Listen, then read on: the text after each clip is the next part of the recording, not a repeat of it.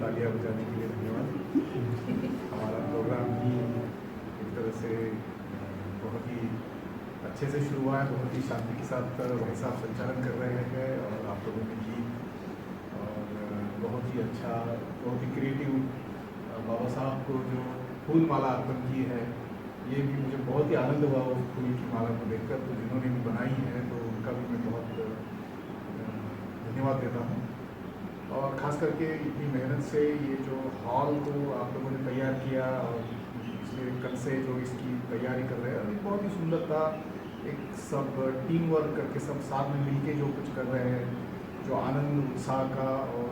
आपस में जो मैत्री का, बंधुता का जो वातावरण है, तो वो उसके लिए भी मैं आप सभी को धन्यवाद देना चाहूँगा कि जिसके मध्य में हम ये कार्य मतलब बाबा साहब की जयंती को साकार कर रहे हैं, उनको संपन्न करने की कोशिश कर रहे हैं। आप जानते हैं कि पिछले मेरे ख्याल से 21 तारीख से पूरे भारत में जो लॉकडाउन चल रहा है कोरोना वायरस की डर से, तो इस वक्त भी है। और आज की ये पहली ऐसी जयंती है बाबा साहब से कि 129वीं जयंती में जो एक तरह से लोगों को घर में बैठ के उसको संपन्न करना पड़ रहा है। और हम बहुत ही बोल सकते भाग्यशाली है कि शायद बहुत ही कम जगहों पर इतने सारे लोग इकट्ठा आके बाबा साहब की जयंती कर रहे हैं। तो हम सब में यूनिक है, हम लोग बोल सकते हैं। इतनी सारी तैयारी करके इतने सारे लोग सामने आके साथ में आके हम लोग बाबा साहब की जयंती को मना सकते हैं। और दूसरी मतलब विशेषता ये भी मतलब हम बोल सकते हैं कि आज तक जिस तरह से बाबा साहब की जयंतियाँ संपन्न की गई, तो कम से कम इस परिस्थिति की वजह से क्यों न हो, बहुत अलग तरह से, एक तरह से और सृजकता से, और बाबा साहब के जो मूल तत्वों को जो उन्होंने दिया है, जो गिफ्ट उन्होंने हमें दी है, उनके माध्यम से एक तरह से हम उनको उजागर करने के लिए, उनको फिर से जीवित करने के लिए शायद इस परिस्थिति की वजह से कुछ नई तकनीक या कुछ नए तरीके उनके जयंती को मनाने के लिए निकल सकते हैं। खास करके इस घड़ी में जो मैं देख रहा हूँ, जब से ये लॉकडाउन शुरू हुआ है और भारत में ज़्यादातर लोग, बहुत बड़ी संख्या में जो माइग्रेटेड मजदूर जिसको कहते हैं, जो अपने स्थलांतर करते हैं अपनी रोजगारी के लिए और अलग अलग राज्यों में बहुत दूर दराज में जाकर कई दिनों तक रहते हैं, ऐसे लोगों का बहुत सारा शोषण भी होता है, उनकी मजदूरी समय पे नहीं दी जाती है या बहुत कर्जे में रहते हैं, और जो जितना भी मिलता है उतने में 2-4 दिन का खाना खाने की ही ज़्यादातर व्यवस्था उनकी होती है। और तुरंत किए हुए इस लॉकडाउन में जब इतने सारे लोग पूरे भारत में इस तरह से उनके ऊपर भूखमरी का एक समय आया, अभी हम अगर आप आंकड़े जानते हैं तो ऑफिशियल आंकड़े जो मतलब बताए गए हैं वो है कि कोरोना से कम 300 लोगों की मृत्यु हुई भारत में, लेकिन इसकी वजह से जो लॉकडाउन किया गया तो उसकी वजह से भूखमरी से 200 लोग मरे हुए। और ये तो ऑफिशियल आंकड़ा है, आपको मालूम नहीं कि और कितने लोगों को भूखमरी से, भूख की वजह से अपनी जान देना पड़ा। लेकिन ऐसे समय में हम ज़्यादातर बौद्धों ने, खास करके त्रिरत्न बौद्ध महासंघ के जहाँ पर भी लोग हैं और बाकी भी लोग, हमें केवल त्रिरत्न बौद्ध महासंघ के ही मित्रों ने, ब्रह्मचारी ने काम किया ऐसा नहीं, हम काफ़ी सारा काम कर रहे हैं, हम जानते हैं हम क्या काम कर रहे हैं, लेकिन बहुत सारे ज़्यादातर बौद्धों ने खास करके अपनी करुणा का, अपनी अभिव्यक्ति करके लोगों को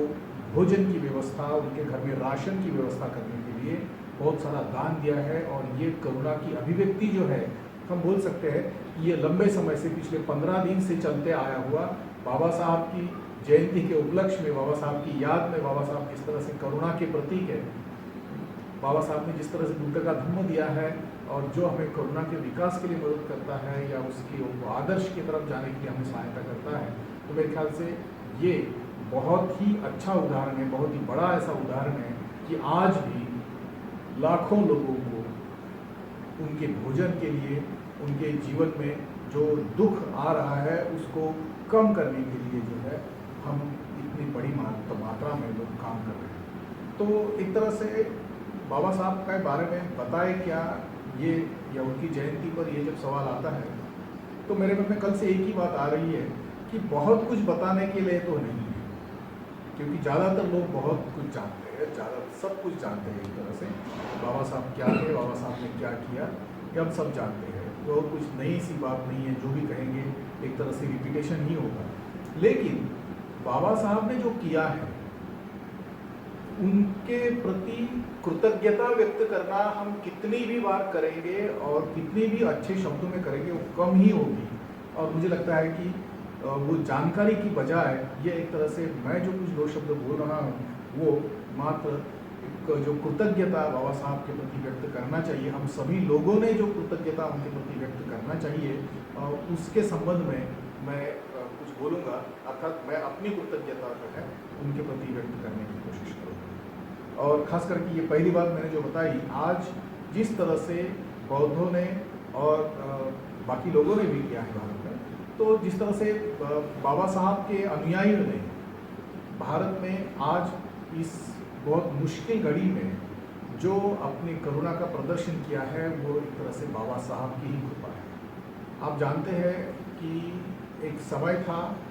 जब अछूत करके खाने के साधनों को अपने पास रखना भी हमारे लिए मुश्किल था। खुद का खाना भी एक ज़्यादा दिन के लिए अपने पास रखना हमारे लिए मुश्किल था। दूसरों के दिए हुए खाने पर जो है जीना पड़ता था। इस तरह के बुरे दिनों में जो थे, लेकिन आज जो है हम एक तरह से जिनको नहीं मिल रहा है उनको देने के लिए एक तरह से हम लोग ये कोशिश कर सकते हैं, ये हमारी करुणा जो है उन तक पहुंचा सकते हैं। ये बाबा साहब के प्रति का ग्रेटिट्यूड है, क्योंकि उन्होंने इतना दिया है कि हम स्वयं अपने आप को तृप्त रख के हम दूसरों को भी तृप्त रखने की कोशिश कर सकते हैं। तो मेरे ख्याल से पहला ग्रेटिट्यूड या पहला जो बाबा साहब के प्रति जो कृतज्ञता है, मैं कहूँगा कि ये पहली ऐसी कृतज्ञता। तो दूसरा मैं मतलब अभी मेरे पास जो कुछ भी कृतज्ञता व्यक्त करने के लिए मैं कुछ कहना जो कहूँगा, तो ऐसे कोई सिस्टमैटिक नहीं है कि एक के बाद एक ये सारी चीज़ें हैं। इतनी सारी चीज़ें हैं बाबा साहब के बारे में जो कृतज्ञता व्यक्त कर सकते हैं। उनमें से कुछ रैंडम जिसको कहते हैं ऐसी चीज़ों को लेकर मैं कृतज्ञता व्यक्त करने की कोशिश करूँगा। तो सबसे पहली बात मुझे लगती है कि बाबा साहब ने एक तरह से ये अपने जीवन के कार्यों से हमें दिखाया है, हमें ये उन्होंने करके दिखाया कि परिस्थिति चाहे जितनी मुश्किल हो, चाहे जितनी कठिन हो और चाहे जितनी बड़ी हो, एक इंसान करके उसके अंदर हम अपने प्रयत्नों से परिवर्तन ला सकते हैं और बड़ा परिवर्तन ला सकते हैं। आज जो परिवर्तन भारत में देखते हैं वो बाबा साहब के अकेले पूरी जीवन भर कोशिश करने के कार्यों का परिणाम है, और इतना बड़ा परिणाम है उनके मृत्यु के बाद भी जो है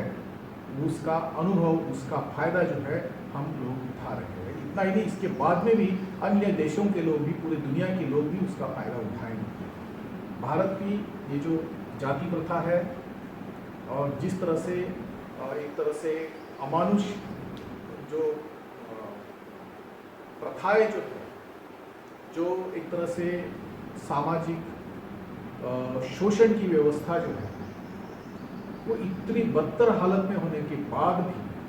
उसके खिलाफ संघर्ष करना, उसके खिलाफ खड़े रहना और अपनी क्षमता में जो है वो करते रहना, इसके लिए बहुत बड़ी हिम्मत चाहिए होती है। और बहुत ही बिरले ऐसे इंसान होते हैं जिनमें इतनी बड़ी हिम्मत होती है, और उस हिम्मत से लगे रहते हुए कार्य करना, पूरी जिंदगी भर उस बात को नहीं छोड़ना, ये बहुत ही साधारण बात नहीं है जिसका आज हम लाभ उठा रहे हैं उनके उस कार्य का। खास करके तब मैं बहुत ही आश्चर्यचकित हो जाता हूँ या दंग हो जाता हूँ जब बाबा साहब के एनिहिलेशन ऑफ कास्ट, जाति भेद निर्मूलन को मैं पढ़ता हूँ, उसकी पढ़ाई करता हूँ, उसको याद करता हूँ। बाबा साहब को जात पात तोड़क मंडल नाम के इस मंडल ने, संस्था ने जाति के निर्मूलन के संबंध में भाषण देने के लिए अध्यक्षता दी और भाषण देने के लिए कहा। अभी ये लोग जो थे ये सवर्ण थे,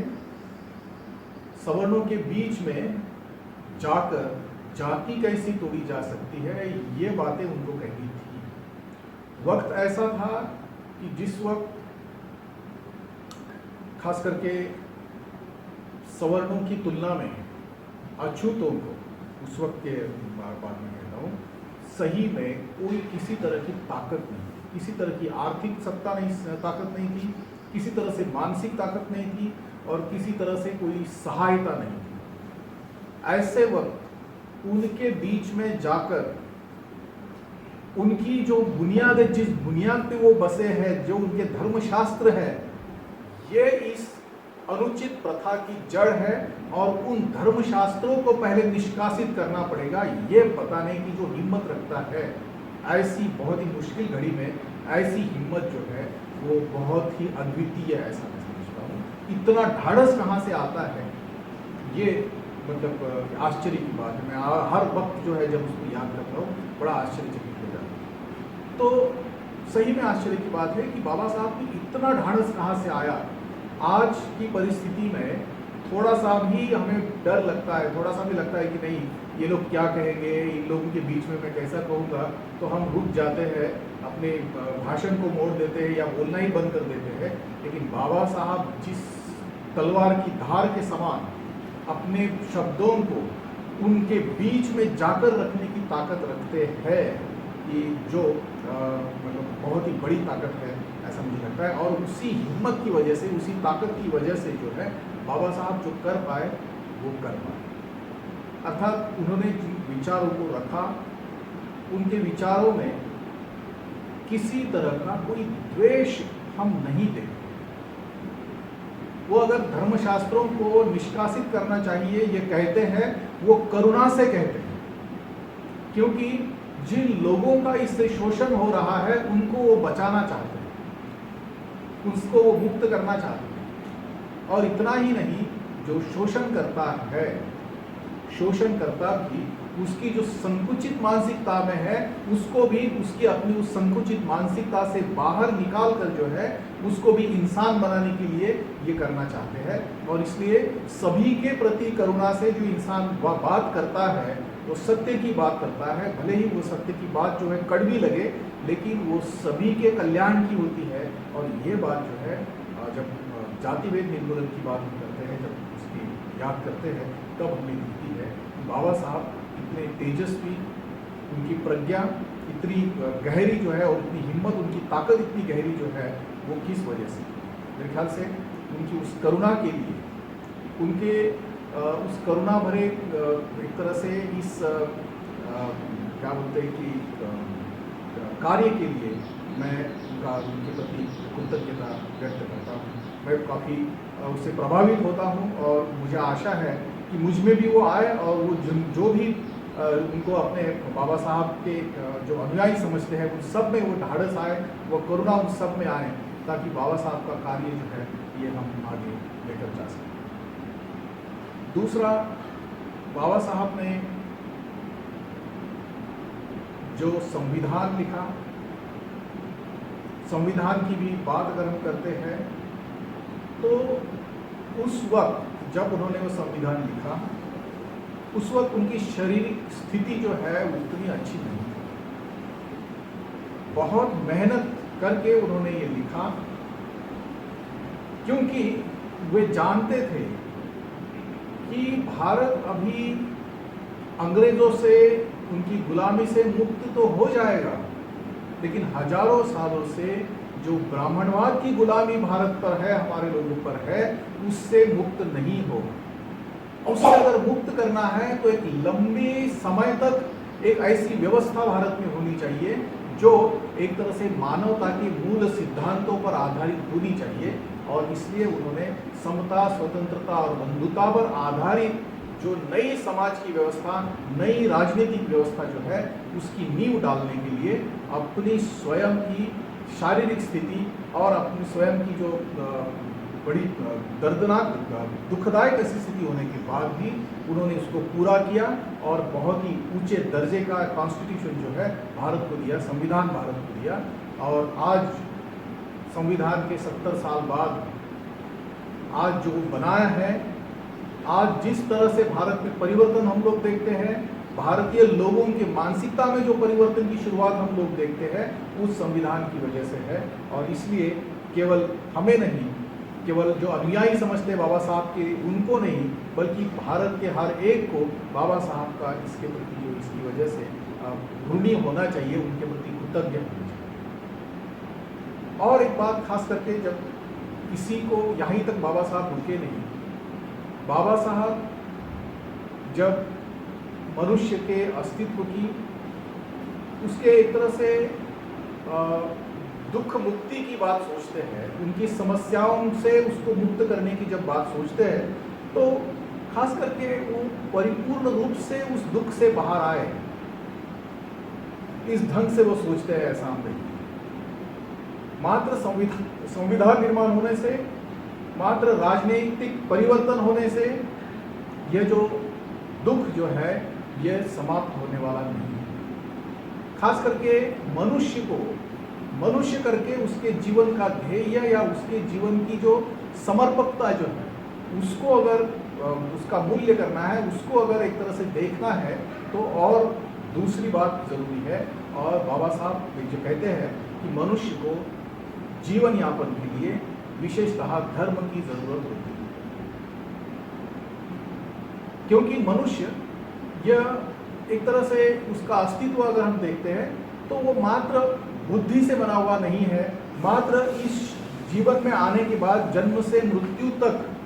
केवल इस शरीर को चलाना है इसलिए वो नहीं जीता है, बल्कि उसके जीवन का कोई ऊंचा ध्येय होता है, कोई ऊंचा उद्देश्य होता है। और उस ऊंचे उद्देश्य को एक तरह से हम स्पिरिचुअल या आध्यात्मिक उद्देश्य कहते हैं, उस किसी हायर, किसी ऊंचे पर्पज से, उद्देश्य से वो जन्म लेता है। और उस उद्देश्य को अगर वह साकार कर सकता है तो ही वास्तव में जिस सुख की हम बात बोलते हैं वो सुख मनुष्य को मिल सकता है। और इसके बाबा साहब जो कहते हैं कि मनुष्य धर्म के सिवा नहीं रह सकता, और अगर मनुष्य को धर्म चाहिए तो मनुष्य को कौन सा धर्म मेरे लिए उचित है ये चयन करने का अधिकार भी होना चाहिए, ये चयन करने का मौका उसको होना चाहिए। अर्थात अगर इतिहास की बात देखेंगे तो ज़्यादातर मनुष्य जाति को अपने धर्म के बारे में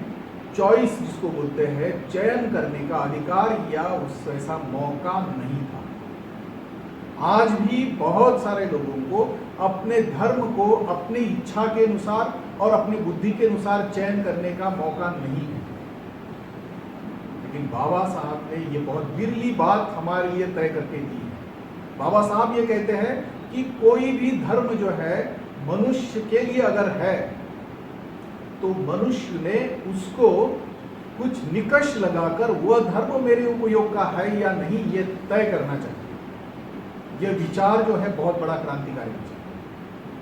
और उन्होंने स्वयं उन निकषों को लगाया। वो कहते हैं कि जो धर्म मनुष्य को समता, स्वतंत्रता और बंधुता ये मूलभूत तत्वों के साथ मनुष्यों को नहीं देता है, उस तत्वों में उसका समावेश नहीं होता है उस धर्म के, वो धर्म जो है मनुष्य के लिए कल्याणकारी धर्म नहीं हो सकता। और उन्होंने दुनिया के जो बड़े धर्म हैं उनको ये निकषों को लागू किया, उस निकषों के आधार पर खुद देखा और खुद उन्होंने बुद्ध धर्म का चयन किया, ताकि बुद्ध धर्म जो है इन निकषों पर उतरता है, वो मानव के वास्तव में कल्याण के लिए है। और आपको भी वही सलाह दी। पूरी दुनिया ने खास करके बाबा साहब के इस बड़े कंट्रीब्यूशन के लिए उनको उनके प्रति कृतज्ञ होना चाहिए। शायद कुछ लोगों के लिए आज भी मौका नहीं है धर्म का चयन करने का, शायद उतना स्वतंत्रता भी नहीं है, लेकिन ये संभव है, ऐसा हो सकता है, ऐसा किया जा सकता है और ऐसा किया गया है। यह जब लोग देखेंगे इस बात को, इतिहास को, तो वो जरूर जो है बाबा साहब को बार बार धन्यवाद देंगे। और हमारे लिए ये बहुत बड़ी बात है कि हमें ये मौका मिला है अपने मर्जी से, अपनी इच्छा से, अपने तर्क का उपयोग करके हम अपने धर्म को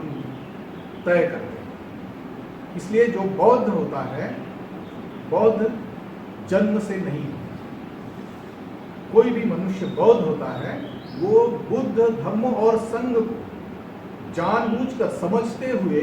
यह मेरे कल्याण के लिए है, ये जानते हुए उनको शरण जाता है और स्वयं उस तरह से बौद्ध बनता है। और ये धम्म स्वीकार करने की, धम्म को उसका चयन करने की एक तरह से जो परंपरा जो है, या एक तरह से जो माहौलत है, या जो ओपननेस जो है, वो बाबा साहब ने दिया है और ये दुनिया के लिए बहुत बड़ा कंट्रीब्यूशन है। उसके बाद भारत में हजारों सालों से एक तरह से जो ये शोषण की व्यवस्था चल रही थी, धर्म, जाति, ईश्वर, आत्मा के नाम पर, उसको किसी भी तरह के खून न बहाते हुए जिन्होंने परिवर्तित किया, वह बाबा साहब। व्यवस्थाओं का परिवर्तन इतिहास में हमने कई बार देखा, लेकिन कोई भी बड़ी और मजबूत ऐसी व्यवस्था में परिवर्तन अगर आना है तो ज़्यादातर समय उसे खून से एक तरह से क्या बोल सकते हैं, खून बहाया जाता है। बाबा साहब ने इतना बड़ा परिवर्तन इतने कम समय में लाया है और बिना किसी हिंसा के वो लाया है। ये बहुत बड़ा कंट्रीब्यूशन बाबा साहब का पूरी दुनिया में। और मेरे ख्याल से ये भी आश्चर्य करने वाली बात है कि कितना बड़ा परिवर्तन बिना हिंसा के ये लाया जा सकता है। मात्र बिना हिंसा की नहीं, बल्कि करुणा से लाया जा सकता है, ऐसा हम बोलते हैं। और इसलिए बाबा साहब के प्रति हमें इसके लिए भी बहुत ही कृतज्ञ होना चाहिए। दूसरा, जिस बुद्ध धम्म को उन्होंने अपनाया, उसको भी उन्होंने जैसा है वैसा नहीं अपनाया। बुद्ध ने जिन तत्वों को महत्व दिया कि यह मनुष्य के विकास के लिए है, मनुष्य के मुक्ति के लिए है, और उसे उन तत्वों में या उन शिक्षा की पद्धतियों में जो है अपने अनुभव के अनुसार बदलाव करने का एक तरह से अधिकार है। बाबा साहब ने बुद्ध धर्म को जैसा परंपरा से आया वैसा ही नहीं लिया, बल्कि आज की घड़ी में हमें किस तरह से उसका उपयोग करना जरूरी है, बुद्ध ने बताया हुआ मुक्ति का मार्ग जो है उसका अवलंब हमें कैसा करना है, उस शिक्षा का स्वरूप कैसा होना चाहिए, इसको अपने ढंग से उन्होंने उसकी रचना की। और यह भी बहुत बड़ा क्रांतिकारी कदम जो है उन्होंने बौद्ध जगत के लिए उठाया। और एक तरह से हम अब जो अपने आप को बौद्ध कहते हैं, उनके लिए बहुत ही अभिमान की ये बात है कि केवल अंध रहते हुए जैसी आई वैसी किसी एक आधी परंपरा को ये बौद्ध परंपरा करके स्वीकार करके आप अभी बौद्ध हो गए हैं, ऐसा बाबा साहब ने नहीं किया। इसे हम देखते हैं कि बाबा साहब जो भी चीज स्वीकार कर रहे हैं, जिसके भी बारे में सोच रहे हैं, बोल रहे हैं, वो पूरी तरह से जागरूक रहते हुए कर रहे हैं, जागरूक रहते हुए बोल रहे हैं। और उसमें उसी जागृति के साथ ये वास्तव में अपने उद्देश्य की तरफ लेकर जाने वाली है या नहीं है, इसी को सामने रखते हुए उस पर निर्णय कर रहे हैं। आप अगर बुद्ध के बारे में देखते हैं तो सिद्धार्थ गौतम बुद्ध बनने के पहले जब अपने घर से गृहत्याग करते हैं, उनको कई सारे अलग अलग गुरु मिलते हैं, अलग अलग संप्रदाय, अलग अलग शिक्षाएं, वे उन सब में एक तरह से परिपूर्णता सिद्ध करते हैं, हासिल करते हैं, लेकिन वो अपने ध्येय को कभी नहीं छोड़ते। जब उस शिक्षा को पाते हैं, उसका पूरा अनुभव लेते हैं और फिर वो अंत में सवाल पूछते कि क्या मेरे सवालों का जवाब इसमें है। जब उनको पता चलता है कि नहीं, मैं जिसकी खोज में निकला हूं उसके जवाब यहाँ नहीं है, उस चीज को वो छोड़ देते हैं और आगे बढ़ते हैं। बाबा साहब ने वास्तव में यही किया। बाबा साहब ने एक तरह से भारत के सभी के कल्याण के लिए जो कार्य किया, उसमें जो चीज जो है, जैसे संविधान है, बहुत बड़ा कदम है, बहुत बड़ा कंट्रीब्यूशन है, लेकिन उतना ही पर्याप्त नहीं है। और इसलिए वे बुद्ध धम्म के तरफ गए और बुद्ध धम्म का ये जो खजाना जो है वो भारत को उन्होंने दिया, ताकि हजारों सालों से, जैसे बोल सकते हैं कि 11वीं 12वीं सदी से जो बुद्ध धम्म का क्षय भारत में हो रहा था और उसके बाद में उसको पूरी तरह से नष्ट कर दिया। एक तरह से जो बौद्धों के विहार थे, जो बौद्धों के विद्यापीठ थे और जो भी मतलब एक तरह से बौद्ध थे, उन सबको एक तरह से बहुत बड़े षड्यंत्र के साथ समाप्त कर दिया गया। उस बुद्ध धम्म को भारत की भूमि में फिर से बाबा साहब ने पुनरुज्जीवित किया। आने वाले कई सारी पीढ़ियों के लिए ये बहुत ही बड़ा योगदान है। वो इसलिए कि एक तरह से भारत की जो सबसे समृद्ध विरासत जो है, जिससे हम एक तरह से क्या बोलते हैं भूल गए थे, तो उस विरासत को सभी के लिए बाबा साहब ने वापस लाया और एक तरह से नए सिरे से शुरुआत करने के लिए उन्होंने शुरुआत की। और ये जो है ये बहुत बड़ा कंट्रीब्यूशन उन्होंने भारत के लिए किया। आजकल जो एक तरह से बाबा साहब ने जिस वक्त बुद्ध धम्म का स्वीकार किया, उसमें अगर हम देखेंगे तो सारी दुनिया एक तरह से बुद्ध धम्म के संबंध में एक निराशा के भावना में थी, भूमिका में थी। किसी भी तरह से किसी को एक तरह से बुद्ध धम्म के प्रति कोई आशावाद नहीं था। 1950 से 56 के बीच में बनते संरक्षित जी जिस तरह से कलकत्ता के महाबोधि पत्रिका का संपादन करते थे और जिस तरह से बुद्ध धम्म के प्रति एक तरह से जो पूरी दुनिया में जिस तरह का वातावरण था, उससे तो यही साफ दिखता है कि ज़्यादातर लोगों को फिर से बुद्ध धम्म का पुनरुज्जीवन हो सकता है, इसके संबंध में आशाएं नहीं थी। लेकिन ऐसी निराशा की घड़ी में भी बुद्ध धम्म ही इस दुनिया की आशा बन सकता है, यह आशावाद जिसने दिया वो बाबा साहब। और इसलिए इसके लिए भी हमने बाबा साहब के प्रति बहुत ही बड़ी कृतज्ञता हमें व्यक्त करनी चाहिए। तो खास करके बुद्ध धम्म को एक नए आशावाद के साथ, बुद्ध धम्म को उसके नए प्रारूप में, उसका नया प्रारूप तैयार करके जो है अपने नए भारत के निर्माण के लिए उन्होंने किया। और ये जो है एक तरह से बहुत बड़ा कार्य उन्होंने किया है। खास करके मनुष्य उसका जीवन बहुत कम होता है। बाबा साहब बहुत ज़्यादा नहीं जिए। कोई भी एवरेज जो मनुष्य जीता है, बहुत अगर ज़्यादा जिया तो 100 साल जिए। ये समय बहुत कम होता है। लेकिन और उसमें भी उम्र के करीबन 25-30 साल जो है अपने आप को तैयार करने में जाते हैं, अपनी एक तरह से पूर्व तैयारी में जाते हैं। और बचे हुए साल जो है मनुष्य जो है कुछ करने की कोशिश करता है। बाबा साहब के बारे में अगर ये लागू करते हैं तो बाबा साहब ने कुछ ही सालों में इतना बड़ा कार्य किया है, इतना बड़ा परिवर्तन लाया है कि जो परिवर्तन एक तरह से आज उनके जाने के 50-55 साल के बाद भी, 60 साल के बाद भी जो है आज भी और ही गहरा होते जा रहा है और भी बड़ा होते जा रहा है। खास करके भारत में बुद्ध धम्म की जो चिंगारी बाबा साहब ने लगाई, फिर से पुनरुज्जीवन की शुरुआत जो बाबा साहब ने की, वो बहुत बड़ी ऐसी शुरुआत है जो पूरी दुनिया के लिए पूरे दुनिया के लिए बुद्ध धम्म को नए से